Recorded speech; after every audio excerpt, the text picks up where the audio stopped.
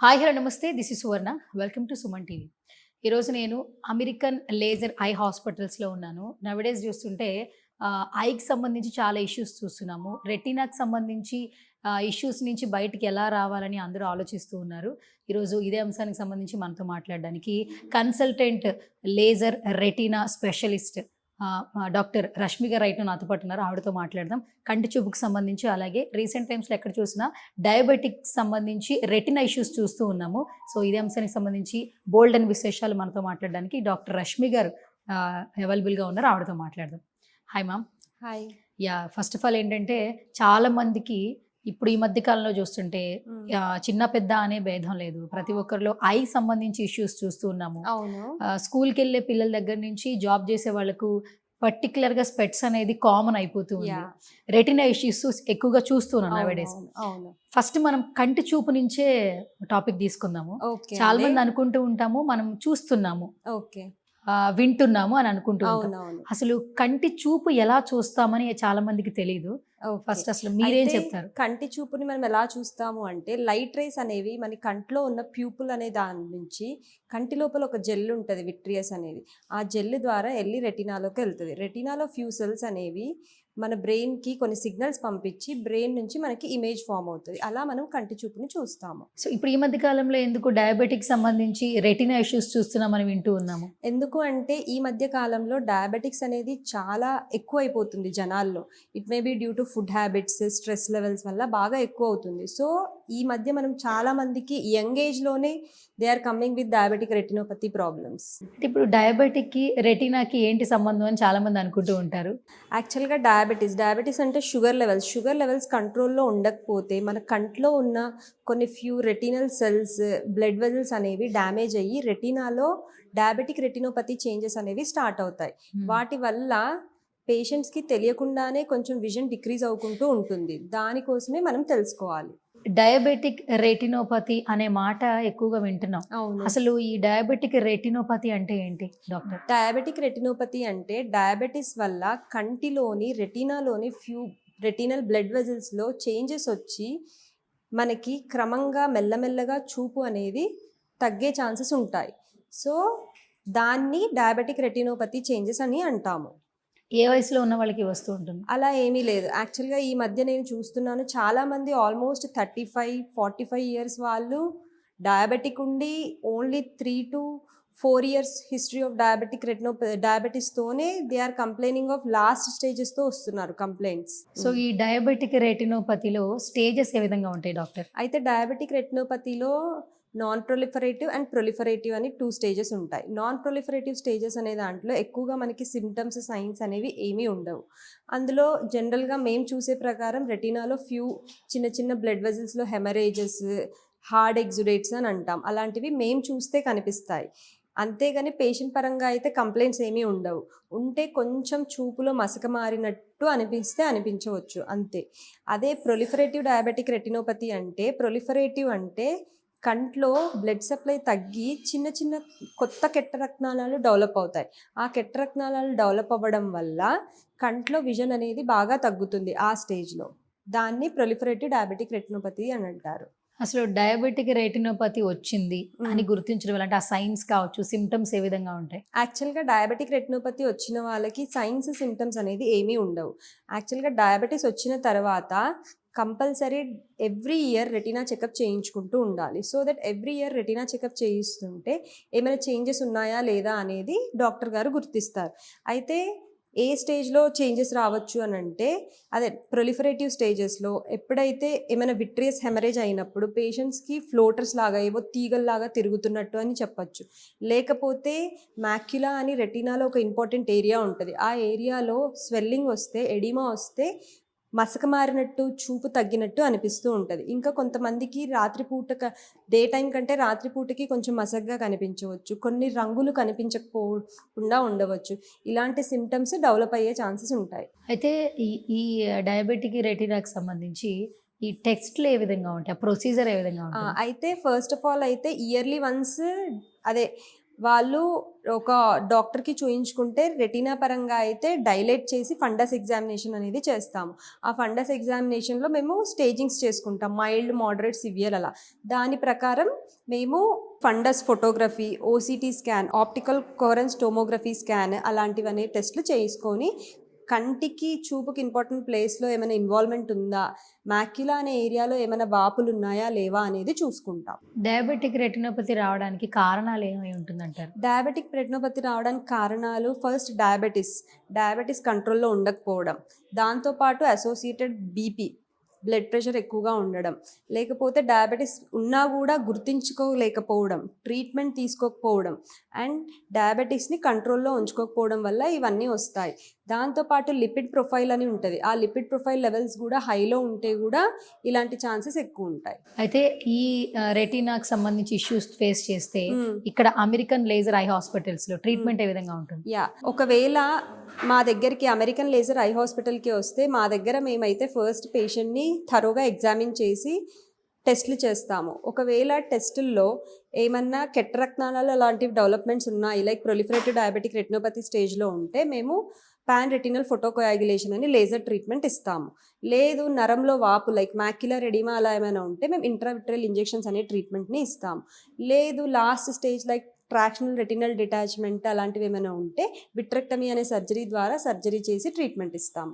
Diabetic రెటినోపతిలో stages అని చెప్పి అన్నారు ఇంతకుముందు మీరు. అంటే ఏ స్టేజ్లో ఇది ప్రమాదకరం అని ఎలా గుర్తిస్తారు మీరు? అంటే ఏ స్టేజ్లో ప్రమాదకరము అంటే కంటి నరంలో వాపు అని చెప్పాను కదా, మ్యాక్యులర్ ఎడిమా, ఆ స్టేజ్లో ఇంజెక్షన్స్ ఇవ్వాల్సి వస్తుంది. అవి ఎన్ని ఇంజెక్షన్సో చెప్పలేము. సో ఆ స్టేజ్లో కూడా చూపు తగ్గే ఛాన్సెస్ బాగా ఎక్కువ ఉంటాయి.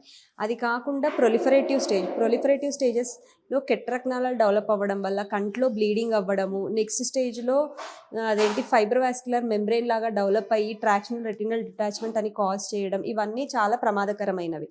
సో మోస్ట్లీ చాలామంది పేషెంట్స్ ఎర్లీ స్టేజెస్లో రారు. చాలామంది పేషెంట్స్కి ఇలా అన్ని సిమ్టమ్స్ డెవలప్ అయ్యాక లాస్ట్ స్టేజ్లో వస్తారు. ఆ స్టేజ్లో ట్రీట్మెంట్ ఎంత ఇచ్చినా కూడా విజన్ ప్రోగ్నోసిస్ అయితే కొంచెం పూరే ఉంటుంది. ఓకే. అంటే ఇప్పుడు డయాబెటిక్ రెటినోపతి అనేది ఫ్యామిలీ హిస్టరీ వల్ల అట్లా చేంజ్ అయ్యే ఛాన్సెస్ ఉన్నాయంట? ఫ్యామిలీ హిస్టరీలో ఒకవేళ పేరెంట్స్కి డయాబెటిక్స్ ఉంటే పిల్లలు కూడా ఇయర్లీ వన్స్ డయాబెటిక్ ఉందా లేదా అనేది స్క్రీన్ చేసుకోవాలి. అండ్ ఒకవేళ వాళ్ళు డయాబెటీస్తో డయాగ్నోజ్ అవుతే కంపల్సరీ ఇయర్లీ వన్స్ అనేది రెటినా చెకప్ అయితే చేయించుకుంటూ ఉండాలి. ఓకే. ఇప్పుడు నవడేస్ ఏంటంటే ప్రెగ్నెంట్ లేడీస్కి ఏదైనా ఇష్యూస్ ఉంటే నెక్స్ట్ పుట్టబోయే పిల్లలకు కూడా ఎఫెక్ట్ ఉంటుందని ప్రతి ఒక్క డాక్టర్ చెప్తారు. సో ఈ డయాబెటిక్ రెటినోపతి కూడా తల్లికి ఉన్నప్పుడు రేపు పుట్టబోయే బిడ్డ కూడా వచ్చే ఛాన్సెస్ ఉంటాయి అంటారు, గర్భంలో నుంచి అలా వచ్చే ఛాన్సెస్ ఉన్నాయంట. అయితే దీని గురించి ఏంటి అంటే మదర్కి డయాబెటిక్ ఓన్లీ డెలివరీ టైంలో రావచ్చు. So mother is at risk of diabetic retinopathy changes. So తనకి కూడా గైనకాలజిస్ట్ చెక్ చేసి ఏమైనా risk factors like hypertension, బీపీతో పాటు డయాబెటీస్ ఉండడం అలా ఏమైనా ఉంటే తనకి కూడా ఇక్కడ డయాబెటిక్ రెటినోపతి స్క్రీనింగ్కి, ఫండోస్కోపిక్ స్క్రీనింగ్కి పంపిస్తారు తన డెలివరీ టైం పీరియడ్లో. అలా అని బాబుకి రావాలనే గ్యారంటీ అయితే ఏమీ లేదు, అంటే పుట్టబోయే బాబుకి కంపల్సరీ రావాలనే గ్యారంటీ ఏం లేదు. చాలామందికి ఆఫ్టర్ డెలివరీ డయాబెటీస్ అనేది చాలామందికి తగ్గిపోయే ఛాన్సెస్ ఉంటాయి. బేబీ డెలివరీ అయిన తర్వాత వచ్చే ఛాన్సెస్ అంత ఎక్కువ ఏమీ కాదు, కానీ ఆఫ్టర్ సర్టెన్ ఏజ్ మాత్రం తనకి రెగ్యులర్గా చెకప్ చేయించుకుంటూ ఏమైనా హై రిస్క్ అలా ఏమైనా ఉంటే చూయించుకుంటూ ఉండాలి. బేసికల్గా ఏంటంటే ఇప్పుడు ఈ డయాబెటిక్ రెటినోపతిలో చాలా మంది క్లయింట్స్ ని నవడేస్ రెగ్యులర్ గా మీరు చూస్తూ ఉంటారు. మేజర్ గా అమెరికన్ లేజర్ ఐ హాస్పిటల్స్ ఏంటంటే ఐకి సంబంధించి ఏ ట్రీట్మెంట్ అయినా కూడా ప్రతి ఒక్కరికి అందుబాటులో ఉండే విధంగా చేస్తూ ఉన్నారు గత కొన్ని సంవత్సరాల నుంచి. కామన్ గా మీరు ప్రతి ఒక్కరిలో గుర్తిస్తున్న లక్షణం ఏంటి రెటీనాకి సంబంధించి? యాక్చువల్గా అదే చెప్తున్నా, అంటే నేను చూస్తున్నది ఏంటి అంటే చాలా మందికి డయాబెటీస్ ఉంది కానీ వాళ్ళకి అవగాహన లేదు చూయించుకోవాలి అన్నట్టు. సో వాళ్ళు ఏం చేస్తున్నారంటే వాళ్ళ కంట్లో బ్లీడింగ్ అయినా లేకపోతే టీఆర్డీ అని విజన్ మొత్తం తగ్గిపోయినా ఆ స్టేజ్లో గుర్తించగలుగుతున్నారు. వాళ్ళు ఎలా వస్తారు అంటే ఇప్పటివరకు బాగానే ఉన్నాం, ఇన్ని సంవత్సరాల నుంచి మాకు షుగర్ ఉంది కానీ ఇప్పటివరకు మాకేమి ఇబ్బంది రాలేదు అన్నట్టు చెప్తారు. సో నేను చూసిన వాటిలో అయితే బాగా మందికి విట్రియస్ హెమరేజ్ అంటారు. ఆ విట్రియస్ కెటరాక్ట్ డెవలప్ అయ్యి కంట్లో బ్లీడ్ అయ్యే స్టేజ్లో చూశాను. అది కాకుండా సబ్హైలాయిడ్ హెమరేజ్ అంటారు, ఆ స్టేజెస్లో చూశాను. సో ఇలా మా దగ్గరకు వచ్చే వాళ్ళకైతే మోస్ట్లీ పిఆర్పి లేజర్ అవసరం పడే ఛాన్సెస్ ఉంటాయి. లేకపోతే మ్యాక్యులర్ ఎడిమా, అంటే చూపుకి ఇంపార్టెంట్ ప్లేస్లో స్వెల్లింగ్ వచ్చే స్టేజెస్లో వస్తే ఇంజెక్షన్స్ ఇవ్వడము ఇలాంటివి చేస్తూ ఉంటాం. అయితే అసలు ఈ కంటికి సంబంధించిన వ్యాధులు రాకుండా జాగ్రత్తలు తీసుకోవాలంటే అంటే ఫుడ్‌లో గూడా చాలా చేంజెస్ ఉండాలి అంటున్నారు. అవునవును. మెయిన్‌గా కళ్ళకి సంబంధించి ఏ ఫుడ్ తీసుకుంటే మంచిదంటారు? కళ్ళకి సంబంధించి అంటే green leafy vegetables, carrots, healthy diet foods, junk foods ఇలాంటివన్నీ అవాయిడ్ చేస్తే బెటర్. దీంతో పాటు స్క్రీన్ టైమ్‌ని కూడా అవాయిడ్ చేయాలి. ఎక్సెస్ ఆఫ్ స్క్రీన్ టైమ్ కూడా చూడకుండా ఉంటే బెటర్. మీరు స్క్రీన్ టైమ్ అన్నారు. ఇప్పుడు చూడండి ప్రతి ఒక్కరు మార్నింగ్ నుంచి ఈవినింగ్ వరకు యాహ్! చిన్న పిల్లల దగ్గర నుంచి యాహ్! పెద్దవారి వరకు మొబైల్స్ ఎక్కువ యూజ్ చేస్తున్నారు. అవునవును. అంటే అది నైట్ టైమ్ ఏంటంటే చీకట్లో ఉంటాం కాబట్టి లైట్స్ ఉండవు కాబట్టి ఇంకా ఎక్కువగా రెటీనాకి ఎఫెక్ట్ అనేది ఉంటుంది. అవునవును. ఫోన్స్ వల్ల కూడా కంటికి సంబంధించిన ఇష్యూస్ వస్తాయని చాలా మంది యాహ్! Believe yeah! చేయరు. ఈజ్ ఆర్ మిత్ ఆర్ ఏంటి అసలు? లేదు లేదు. ఎక్కువ స్క్రీన్ టైమ్ చూస్తూ ఉంటే చిన్న పిల్లల్లో ఎక్కువ రిఫ్రాక్టివ్ ఎర్రర్స్, మయోపియా, స్పెట్స్ రావడము ఇలాంటి ఛాన్సెస్ చాలా ఎక్కువ. దానికోసమే స్క్రీన్ టైమ్ అవాయిడ్ చేయండి అని చెప్తాం. దాంతో పాటు డ్రైనెస్ ఆఫ్ ఐస్ కూడా బాగా ఎక్కువ వచ్చే ఛాన్సెస్ ఉంటాయి. మరి ఇప్పుడు ఎక్కడ చూసినా పేరెంట్స్ పిల్లలు ఫుడ్ తినకపోతే ఫోన్ ఇచ్చేసి చూడండి అంటున్నారు. బయటికి వెళ్ళినా కూడా ఫోన్ యాహ్! ఇచ్చేసి చూడండి అంటున్నారు. యాహ్! అంటే యాహ్! ఫోన్‌కి ఎక్కువ ఎడిక్షన్ అయిపోయారు. అవును. ఇంతకు ముందు బొమ్మలతో ఆడుకునే వాళ్ళు. ఇప్పుడు ఓకే. ఏకంగా ఫోన్‌తోనే ఉంటున్నారు. మరి అవును. చిన్నప్పటి నుంచి అది మనం నేర్పించడం వల్ల పెద్దయ్యే కొద్దీ వాళ్ళు ఖచ్చితంగా కంటికి యాహ్! సంబంధించిన యాహ్! యాక్చువల్‌గా అయితే బాగా అవాయిడ్ చేయాలి. కావాలి అంటే దూరం డిస్టెన్స్ నుంచి టీవీ చూసుకోవడం బెటర్ గానీ, ఫోను, స్క్రీన్ చాలా దగ్గరలో నియర్‌లో పెట్టుకొని చూసుకోవడం అవాయిడ్ చేస్తే చాలా మంచిది. అండ్ ఇంకొకటి విషయం చెప్పారు మీరు. డయాబెటిక్ ఉన్న చాలా మంది పేషెంట్‌లు ఈ రెటినోపతి ఇష్యూస్ చూస్తున్నాం అన్నారు. అవును. చాలా మంది పేషెంట్ అంటే ఒక ఏజ్ పైబడిన తర్వాత కళ్ళు మసక మసకగా ఉన్నాయి. అప్పుడు వచ్చి డాక్టర్‌ని కన్సల్ట్ యాహ్! అవుతున్నారు. యాహ్! మీరు చెప్పిన మాటలు వింటూ ఉంటే డయాబెటిక్ ఉంది బాడీలో అన్నప్పుడే మనం కంటికి సంబంధించిన టెస్ట్‌లు చేయించుకుంటే అవును. ఈ స్టేజ్‌కి అయితే వచ్చే సిట్యుయేషన్స్ రావంటారా? రావు. ఏం చెప్తారు? యాక్చువల్‌గా అదే చెప్తున్నాను. డయాబెటిస్ అని డయాగ్నోస్ అయిన తర్వాత ఫిజిషియన్ దగ్గర ఎలా అయితే రెగ్యులర్‌గా చెకప్‌కెళ్తారో ఇయర్లీ వన్స్, అలానే ophthalmologist, diabetic retinopathy specialist like retina specialist వాళ్ళకి కూడా చూయించుకుంటే ఎర్లీ స్టేజెస్‌లోనే డయాగ్నోస్ చేస్తే we can help them to prevent from causing blindness. ఇంకొకటి ఇష్యూ ఏంటంటే చాలామంది అంటే యంగ్ ఏజ్‌లోనే ఆ! ఈ కనురెప్పలు అనేది ఎక్కువ బ్లింక్ చేస్తూ ఉంటారు. ఓకే. అంటే అది వాళ్ళకి కూడా తెలీదు. అదొక ఇష్యూ ఉంది కంటికి సంబంధించిన. అంటే ఓకే. కనురెప్పలు ఎక్కువ బ్లింక్ చేయడం అనేది నిజంగానే ప్రాబ్లమ్ అంటారా? నార్మల్‌గా కూడా బ్లింక్ నా చేసే పర్సన్స్ ఉంటారన్నా? నార్మల్‌గా కూడా బ్లింక్ చేసే పర్సన్స్ ఉంటారు. మరీ అంత ప్రాబ్లమాటిక్ ఏమి ఉండదు. మోస్ట్‌లీ ఏదైనా అదేంటి విటమిన్ డెఫిషియన్సీస్ వాటి వల్ల అయ్యుండొచ్చు. అంతేగాని స్పెసిఫిక్‌గా మరీ ఎక్కువ బ్లింక్ చేస్తే ఇంకా ఆక్యులోప్లాస్టీ డిపార్ట్మెంట్‌కి చూయించుకొని బొట్యులినం టాక్సిన్ అనే బ్లింక్ చేయకుండా ఉండడానికి అలాంటి ఇంజెక్షన్స్ తీసుకునే ట్రీట్మెంట్స్ కూడా ఉన్నాయి. అమెరికన్ లేజర్ ఐ హాస్పిటల్స్‌లో హ్మ్. ట్రీట్మెంట్స్ అనేవి ఏ విధంగా ఉంటాయి? ఇక్కడ ఎక్విప్‌మెంట్స్ ఏ విధంగా యూజ్ చేస్తుంటారు? మా రెటీనా డిపార్ట్మెంట్‌లో చూస్తే మాకు అదేంటి ఓసీటీ మెషిన్ ఉంది. అందులోనే యాంజియోగ్రఫీ కూడా తీసుకోవచ్చు. అది కాకుండా అందులో anterior segment photos plus fundus photo ఇలాంటివన్నీ తీసుకోవచ్చు. అది కాకుండా మా దగ్గర లేజర్ మెషిన్ కూడా ఉంది. అది PRP pan retinal photo coagulation చేసే లేజర్ మెషిన్ కూడా ఉంది. అసలు ఐకి సంబంధించిన ఏ ఇష్యూస్ ఉన్నా కూడా హ్మ్. ఇక్కడికొస్తే సొల్యూషన్ ఉంటుంది అని అంటుంటారు. యాహ్! సక్సెస్ రేట్ అంటే ఏం చెప్తారు అమెరికన్ లేజర్ ఐ హాస్పిటల్స్ గురించి? సక్సెస్ రేట్ అంటే ఫస్ట్ వాళ్ళు వచ్చి చూయించుకుంటే if everything is good we will give 90-100% success rate. But ఇప్పుడు మేము చెప్పినట్టు రెటినాలో ఏమైనా డ్యామేజెస్ అలా ఉన్నాయి అని అంటే సక్సెస్ రేట్ కంటే we want to prevent the further complication. We don't want to damage the vision, further vision damage cause చేయకుండా ఉన్న విజన్ కాపాడడానికి ట్రై చేస్తాం మేము ఓకే. మ్యాక్సిమం. మరి ఫైనల్లీ రెటినోపతికి సంబంధించి ప్రివెన్షన్స్ అంటే ఏం చెప్తారు? ప్రివెన్షన్ అంటే షుగర్ లెవెల్స్ చాలా కంట్రోల్లో ఉంచుకోవాలి. రెగ్యులర్‌గా ఫిజిషియన్ ప్లస్ ఐ చెకప్ కూడా చేసుకోవాలి. ఇది కాకుండా వీటి వల్ల ఏమైనా పేషెంట్స్‌కి కిడ్నీ ప్రాబ్లమ్ లేకపోతే ఎనీమియా ఇలాంటివి ఉంటే కూడా డయాబెటిక్ రెటినోపతి చేంజెస్‌ని బాగా ఎగ్జాగరేట్ చేస్తాయి. సో, అలాంటివి కూడా ఏమైనా ఉన్నాయా లేవా అనేది రెగ్యులర్‌గా చెకప్ చేసుకోవాలి. మంచిగా హెల్తీ ఫుడ్ తినాలి. రెగ్యులర్ ఎక్సర్సైజెస్ అండ్ యోగా చేయాలి. ఎక్కువ స్ట్రెస్ తీసుకోకూడదు. నైట్ టైం మంచిగా స్లీప్ ఉండేటట్టు జాగ్రత్త పాటిస్తే డయాబెటిక్ రెటినోపతి చేంజెస్ నుంచి ప్రివెన్షన్ లాగా బెటర్‌గా ఉంటది. అయితే ఫైనల్‌గా అమెరికన్ లేజర్ ఐ హాస్పిటల్స్ గురించి ఒక రెటీనా స్పెషలిస్ట్‌గా ఏం చెప్తారు రష్మి గారు?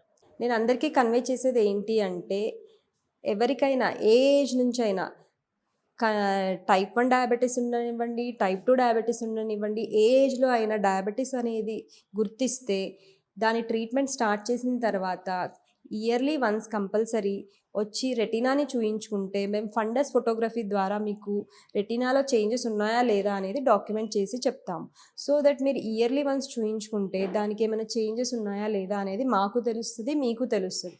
సో అలా మనం వచ్చే కాంప్లికేషన్ని ప్రివెంట్ చేసి మీ విజన్ని కాపాడొచ్చు. చాలా మంది బీపీ ఉంది అని వింటూ ఉంటాం. అవును. బీపీ వల్ల రెటీనా ఇష్యూస్ కూడా వస్తాయా? బీపీ వల్ల కూడా రెటినాలో ఇష్యూస్ రావచ్చు. యాక్చువల్గా బీపీ వల్ల సడన్గా హై బ్లడ్ ప్రెషర్ పెరిగితే కంటి నరంలో ఒక వైపున ఒక వెజిల్ బ్లాక్ అయ్యి అక్కడంతా హెమరేజెస్ అయ్యి చూపుకి ఇంపార్టెంట్ ప్లేస్ మ్యాక్యులా అనే ఏరియాలో స్వెల్లింగ్ వచ్చే ఛాన్సెస్ ఉంటుంది.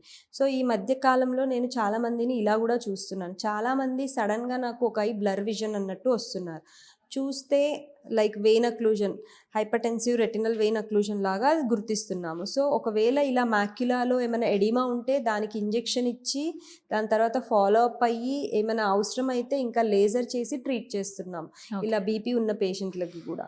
ఒకవేళ ఇలా బీపీ ఉన్న పేషెంట్లకి దీంతో పాటు యాక్చువల్గా కొంతమందికి ఈ మధ్య గ్లకోమా సమస్యలు కూడా చూస్తున్నాము మేము. గ్లకోమాతో అసోసియేట్ అయ్యి బీపీ ఉండి ఇలా కంటి నరాల్లో వెజల్స్ బ్లాక్ అయ్యి వచ్చిన పేషెంట్స్ కూడా ఉన్నారు. ఒక 2-3 మంత్స్ బ్యాక్ నుంచి మాకు బాగా పేషెంట్స్ ఇలానే వస్తున్నారు. సో కంపల్సరీ బీపీ కూడా మానిటర్ చేస్తే బెటర్. ఎందుకు అంటే ఈ మధ్యకాలంలో మన life style is very stressful life style. So ఎవ్వరు గుర్తించట్లేదు. ఈ మధ్య చాలామంది 34-35 ఇయర్స్ వాళ్ళు హైపర్ టెన్షన్, డయాబెటీస్ ఉంటున్నారు. సో వాళ్ళు రెగ్యులర్గా బీపీ కూడా మానిటర్ చేసుకుంటే ఇలాంటివి ఏమైనా ఉంటే ప్రివెంట్ చేయొచ్చు. Thank you ma'am, thank you so much Rashmi గారు. Such a lovely information.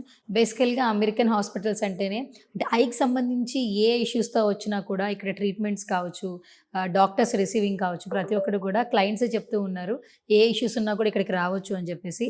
అలాగే ఇప్పుడు ఎక్కడ చూసినా కూడా ఇదే వింటూ ఉన్నాం, డయాబెటిక్ సంబంధించిన రెటీనా ఇష్యూస్ ఎక్కువ వింటూ ఉన్నామని. సో ఇదే టాపిక్ గురించి చాలా చక్కటి ఇన్ఫర్మేషన్ ఇచ్చారు. Thank you so much once again. Thank you.